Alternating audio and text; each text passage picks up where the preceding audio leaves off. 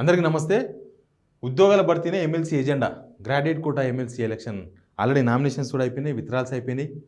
మొత్తం 52 మంది పోటీలో ఉన్నారు.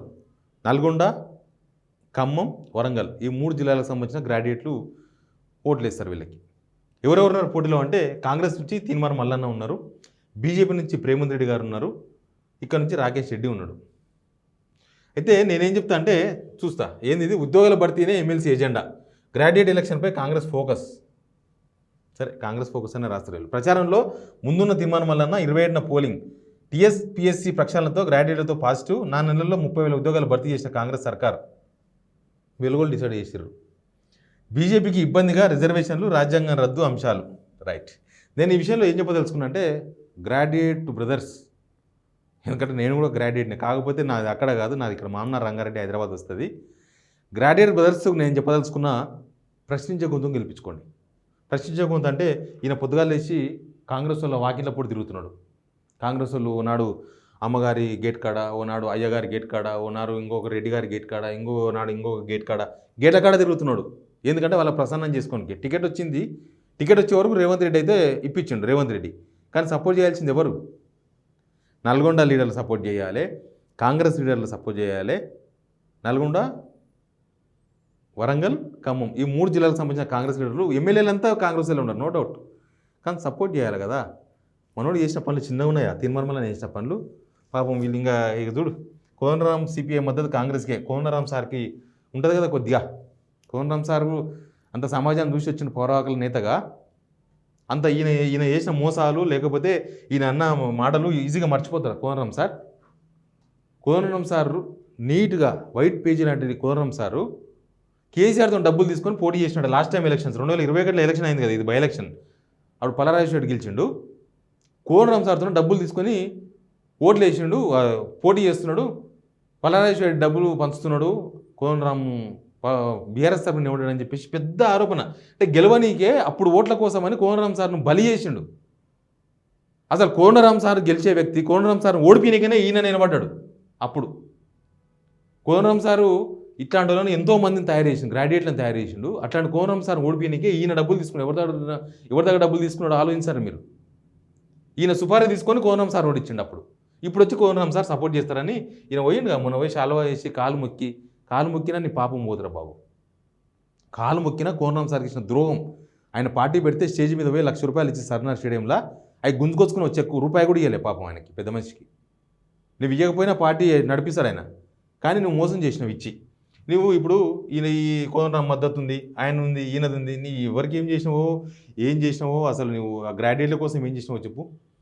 ఒక ఆడియో తిరుగుతుంది. తీర్మానం మల్లన్న అలా ఆఫీస్లో పనిచేస్తే ఆయన పక్కనే ఉంటాడు, సుదర్శన్ అని మన ఫ్రెండ్. ఆయన కూడా ఆయన చెప్పిండంట, ఎవరో ఒక చెప్తున్నారు, అబద్ధమో నిజమో వీళ్ళకి ఖండించాలి, త్వరలో ఆడియో కూడా బయటకు వస్తుందని చెప్తున్నారు. ఏంటంటే ఈ జియో 46 గొడవ నడుస్తుంది కదా, ఎలక్షన్స్ ముందు ఏంటంటే జియో 46 ఎత్తేస్తారు కాంగ్రెస్ వాళ్ళు, నేను గ్యారంటీ అని చెప్పి ఈ పెద్ద మనిషి గ్యారంటీ ఇచ్చిండు.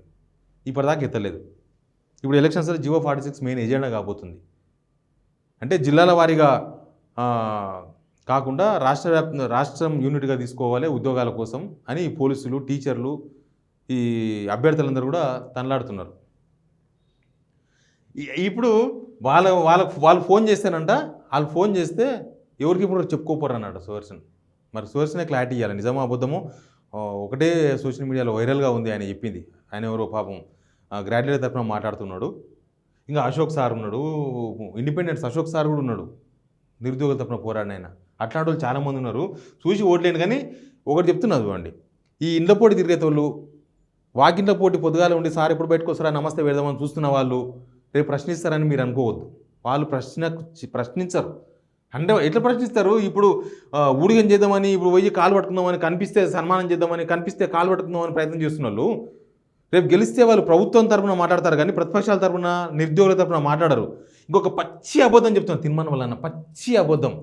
రికాల్, నేను సంవత్సరం తర్వాత మీటింగ్ పెడతా, మీరు వద్దంటే నేను రాజీనామా చేస్తాను. ఇది పచ్చి అబద్ధం. గ్రాడ్యుయేట్ మిత్రులారా, మీరంతా డిగ్రీ చదువుకున్న వాళ్ళు, గ్రాడ్యుయేట్లు ఆలోచించండి. రికాల్ సిస్టమ్ మన దేశంలో లేదు. ఉంటే అసలు ఎమ్మెల్యేలు 6 నెలలు కూడా ఉండరు. ఏ ఎమ్మెల్యే అయినా, ఏ ఎంపీ అయినా 5 నెలలు కూడా ఉండరు వాళ్ళు చేసే పనులకు. పొద్దుగాలేసి రాజకీయ నాయకులను తిట్టుకుంటూ ఆయనే రాజకీయంలోకి పోయిన చూసినావా? That is the point. కాబట్టి ప్రశ్నించే గొంతులు వీళ్ళు ఉన్నారు, ప్రతిపక్షాల వాళ్ళు ఉన్నారు. రేవంత్ రెడ్డి గారు ఉన్నారు, రాకేష్ రెడ్డి గారు ఉన్నారు, మన అశోక్ సార్ ఉన్నారు, ఇంకా ఇంకా ఎవరెవరో చాలామంది ఉంటారు, నాకు తెలియకపోవచ్చు బహుశా. కానీ ఇంకా వస్తుంది ఆ లిస్ట్ అంతా వచ్చినాక నేను వాళ్ళని కూడా నా పరిణలోకి తీసుకుంటా. వాళ్ళకు కూడా చాలామంది పోరాట యోధులు ఉండొచ్చు, ప్రశ్నించే గొంతులు ఉండొచ్చు దానిలో. వాళ్ళని గెలిపించుకోండి, మీకు పనికొస్తారు. ఎందుకంటే ఆల్రెడీ 30,000 ఉద్యోగాలు భర్తీ చేసినామని వీళ్ళు రాశారు కదా, 4 నెలలు 30,000 ఉద్యోగాలు. ఈ రాసిన వాళ్ళు వెలుగు పేపర్ గురించి నేను ఎక్కువ మాట్లాడదలుచుకోలేదు. వెలుగు పేపర్ ప్రస్తుతం కాంగ్రెస్ పత్రికగా మారిపోయింది కాబట్టి నేనే మాట్లాడను. అది కరపత్రిక అని కూడా కొంతమంది అంటున్నారు, నాకు సంబంధం లేదు. అది 30,000 ఉద్యోగాలు నోటిఫికేషన్లు ఇవ్వకుండా, ఇంటర్వ్యూలు చేయకుండా, ఏం చేయకుండా 30,000 ఉద్యోగాలు భర్తీ చేసామని చెప్పుకుంటున్నారు వీళ్ళు. అంతకన్నా పచ్చి మోసం ఉండదు. ఓటేసి గెలిపిస్తే ఇంకొక మోసం అవుతుంది, మళ్ళీ మోసపోతారు. ఆల్రెడీ నిరుద్యోగులు సఫర్ అయి ఉన్నారు, లాస్ట్ గవర్నమెంట్లో సఫర్ అయి ఉన్నారు. మీరు చాలా ఇబ్బందులు పడ్డారు. మీకోసం ఒక నాయకుడిని, ప్రశ్నించే నాయకుడిని గెలిపించుకోండి. ప్రశ్నించే నాయకుడే మీకు బాధ్యత వహిస్తే ప్రభుత్వాన్ని ప్రశ్నించగలడు. లేకపోతే కాలు పట్టుకోనికే టైం సరిపోతుంది. అనవసరమైన గెలిపిస్తే కాలు పట్టుకోనికనో లేకపోతే ఇంకో దానికో వాళ్ళ స్వప్రయోజనాలకు తప్ప మీకోసం ఉపయోగపడరు. ప్రభుత్వంలో ఉన్న వాళ్ళని గెలిపించుకోకండి. ప్రతిపక్షాలను ఎవరైనా గెలిపించుకోండి, ఇండిపెండెంట్ ఎవరైనా గెలిపించుకోండి, మీకోసం కొట్టాడే వాళ్ళని. ప్రభుత్వం సపోర్ట్ చేస్తున్న వాళ్ళని మాత్రం 100% వేరే వేరే కేటగిరీస్ వేరు. ఇది నిరుద్యోగుల కేటగిరీ, గ్రాడ్యుయేట్స్ కేటగిరీ ఇది. కాబట్టి మీకు ప్రశ్నించే కొంచెం గెలిపించుకోవాలని నేను అభ్యర్థిస్తున్నా. ఇక ఆల్రెడీ నామినేషన్స్ కూడా అయిపోయినాయి. 52 మంది పోటీలో ఉన్నారు. దానిలో ఎవరు మంచి వాళ్ళు, ఎవరు ప్రశ్నించే గొంతులు చూసి గెలిపించుకుంటే మీకు న్యాయం జరుగుతుందని మాత్రం నేను సలహా ఇవ్వదలుచుకున్నా. Please subscribe Signal TV.